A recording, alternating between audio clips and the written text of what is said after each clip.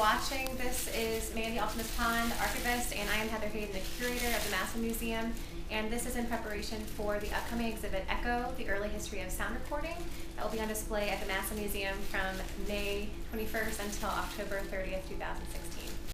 And when we do exhibits, the nice part is that there's a lot of prep work and research that goes into it. So I worked with David Schultz, who's one of our board members and an extremely knowledgeable man about sound recording, Victrolas, piano players, all of that. So he and I found, while we went through the more than 600 records in the collection, vinyl records, and we found, unfortunately, a broken Berliner gramophone recording. This is from December 19th, 1890, and it's all kind of scratched into the plate. So the good news is that we can at least display it back together. Not sure, we don't really want to use any adhesive that might injure it to put it back together to play the sound. So if this exists somewhere else, we won't take those steps to try and put it back together. But if this is the only copy of this, we will want to, in theory, take some extra care in recording it in some fashion.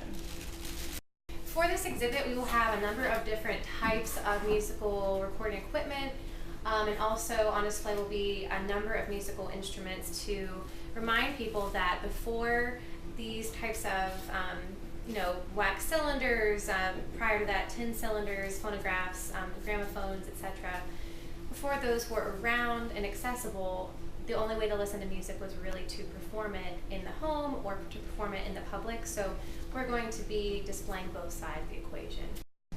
So the neat part about the Edison wax cylinders is that they are very early recordings and they didn't last very long. The way to make them, they were made out of some sort of wax, so they were very prone to breaking if they got too brittle, and they like to melt. So many museums who might have had these in their attic or something no longer have them. So here's one that's in absolutely beautiful shape. Again, no indication as to what song it is, but when you get up close, you can see all the tiny little grooves when you change the light. So now we are going to inventory these and match them up and maybe let you listen to, based on some other folks, luckily the virtual gramophone in Canada, they have digitized all of their records in wax cylinders, which make them available to the public. So we're hoping to match up some of these titles with those beautiful accessible digital records so that we can hear them and our public can hear them as well. Well, this is the sound throwing horn that Yes. does all the music. It's actually painted like a pedal so that ladies could easily incorporate this into their beautiful Victorian homes. It's a massive thing that gets stuck on the end of what I'll show you here in a second. Obviously can't do both at the same time.